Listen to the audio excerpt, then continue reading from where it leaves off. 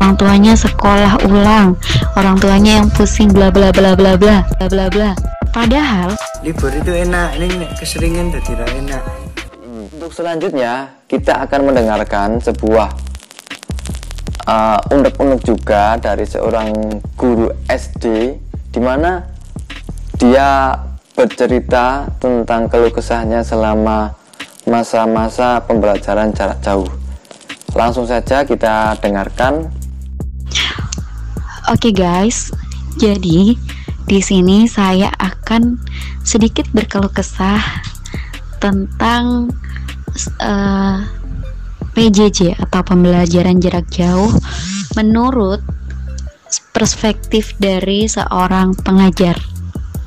Bukan pengajar ya, saya tidak pernah menempatkan diri saya sebagai pengajar, tetapi pendidik lebih tepatnya.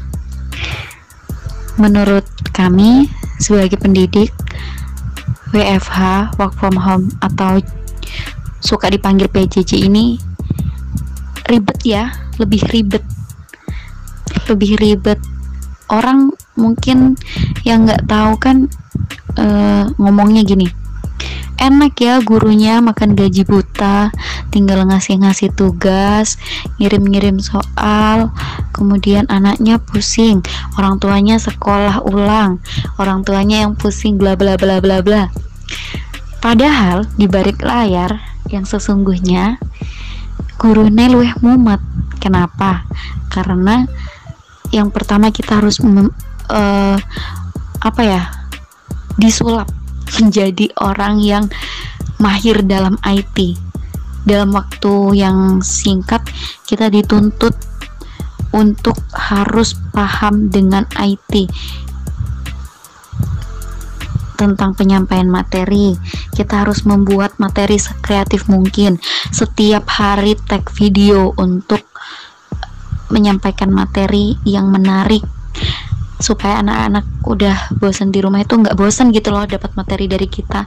Nah terus kemudian kenapa lebih ribet selain dalam penyampaian materinya?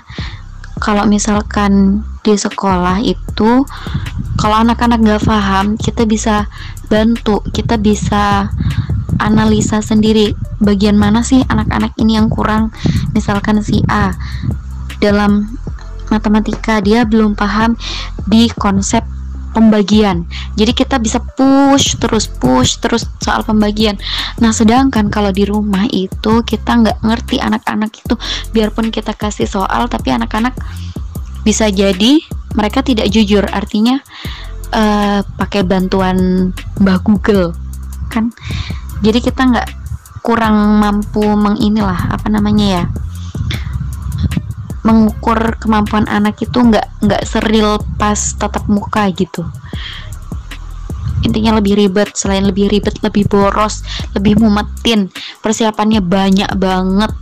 Belum lagi nanti mikir gimana ya soal yang lebih menarik, gimana ya ini materi nanti supaya ngena ke anak, durasinya pendek tapi ngena.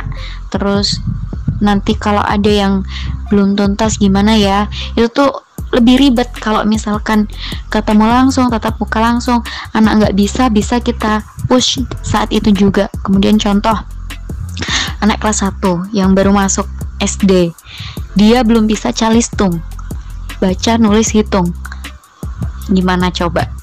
Kita sebagai guru harus nuntut anak ini tuntas, sedangkan orang tuanya sudah mumet. Kalau di sekolah kan lebih enak, kita bisa kasih tambahan pelajaran, tambahan membaca, tambahan menulis, tambahan berhitung, bla bla bla dan sebagainya. Kalau di rumah kita PJJ paling mentok video call, dan video call didampingin emaknya. Pokoknya lebih jelimet lah, lebih I don't like. Selain itu lebih boros. Paketan yang biasanya cuman berapa giga sebulan, ini bisa 5 kali lipatnya gitu. Itu sih sedikit unek-unek dari kami. Kebanyakan gitu. Entahlah kalau yang lain. Cukup panjang ya. Jadi sedikit yang bisa kita ambil dari teman kita yang guru adalah sebenarnya apa yang orang tua lihat itu tidak sama persis dengan apa yang sebenarnya terjadi di kalangan guru. Memang orang tua melihat guru cuman memberi tugas, tapi ketika memberi tugas pun guru harus berpikir dengan keras bagaimana apa yang mereka sampaikan itu bisa dipahami oleh muridnya. Kali ini akan aku bacakan sebuah pendapat yang diutarakan oleh salah satu dosen di sebuah fakultas. Begini, ini dia yang bicara ya. Bilalah aku tuh sebelum COVID emang sudah terbiasa ngajar jarak jauh, tapi sebelumnya ada pembukaan dulu bahwa yang aku ajar itu begini. Tapi sebelumnya ada pembukaan dulu bahwa yang aku ajar, yang beliau ajar itu adalah mahasiswa dewasa D3 S1 usia lebih dari 17 tahun. Mereka sudah dewasa, bukan pelajar sekolah lagi. Aku ngajar bahasa Inggris, baik teori maupun praktek. PJJ bukan hal baru. Contoh, sejak universitas terbuka ada, sudah ada kuliah jarak jauh. Dan tidak signifikan kendalanya. Mungkin karena memang yang dihadapi adalah peserta didik yang usianya matang dan kuliah beda dengan sekolah. Kalau PJJ atau KJJ yang kaitannya dengan COVID, emang ini mau nggak mau harus dilakukan. Buat aku yang dosen, KJJ adalah salah satu cara untuk lebih memacu mahasiswa menjadi autonomous learners. Coba cari di Google apa itu artinya.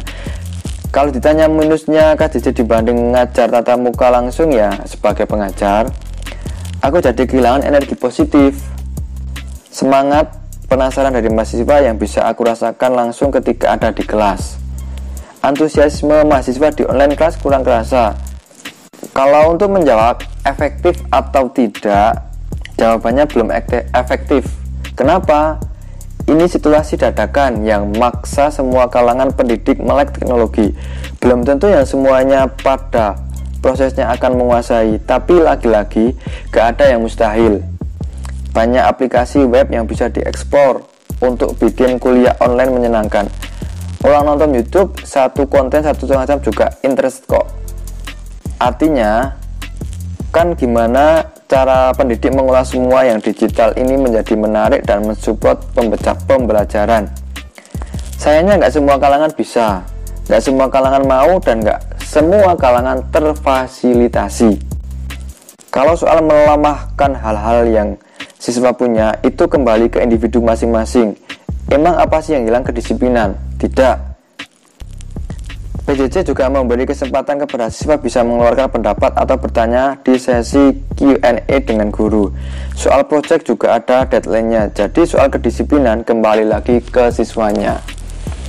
Oke, untuk yang satu ini mungkin beliau bisa menganggap PJJ tidak bermasalah karena yang diajar adalah mahasiswa yang notabene sudah dewasa dan mereka sudah tahu tentang teknologi.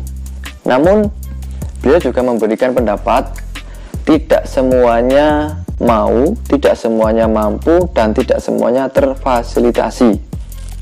Dan ini semua kembali lagi ke pemerintah mungkin ya yang memberikan fasilitas, karena tidak semua wilayah di Indonesia itu punya jaringan yang kuat. Tidak semua wilayah di Indonesia itu punya atau sama dalam harga kuota. Jadi memang semua kembali kepada individu masing-masing, namun pemerintah sebagai pemegang kekuasaan dan memberikan layanan kepada masyarakat. Tentu saja karena kita hanya rakyat.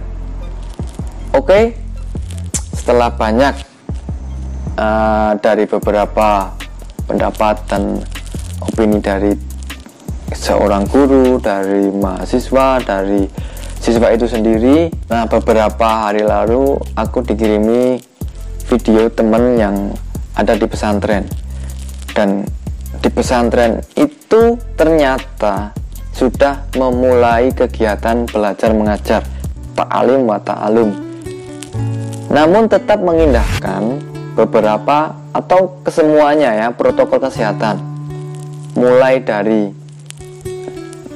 penyemprotan desinfektan, terus jaga jarak, dan pemakaian masker, juga ada tempat untuk cuci tangan. Nah, dari